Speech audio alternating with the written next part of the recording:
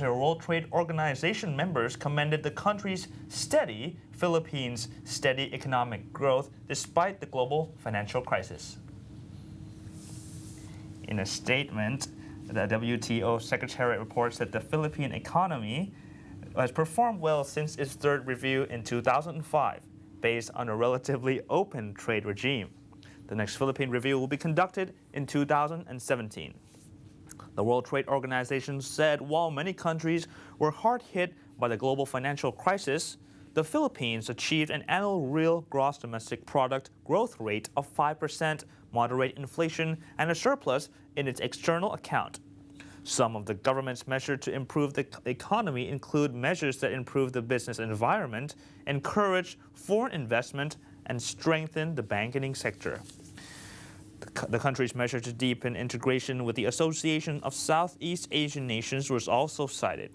Trade Undersecretary for Industrial Development and Trade Policy, Adrian Cristobal Jr., said the Philippine economy is poised for sustained and rapid inclusive growth with a trusted, credible, and committed political leadership. He added that the substantial reforms in governance and institutions well underway will further deepen, strengthening the country's overall competitiveness. He added that since 2005, the Philippine economy maintained a steady growth amid the global economic crises, oil price shocks, and natural disasters. Mueos and Glass stated that the Philippines' full potential could be realized through further reforms efforts to improve infrastructure, the business environment, as well as the tourism industry. Let's move to Myanmar, as its currency will be largely unshackled from the government's controls next week in a significant step toward reforming the impoverished country's economy, state media reported Wednesday. The value of the kyat currency will be determined by a managed floating exchange rate system that will become effective April the 1st, the state-run New Light of Myanmar newspaper said. The International Monetary Fund says the change could lift a major constraint on growth in one of Asia's least developed countries. The move is part of a sweeping wave of reforms instituted by the government of President Thein Sein, which inherited power in 2011 from a military junta that ruled for 49 years.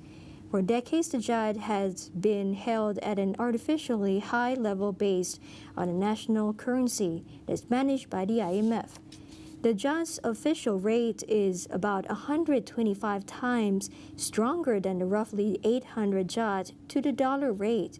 It changes hands on the black market, which is used for most transactions. The official rate is used by the government to calculate the budget and revenues of state enterprises.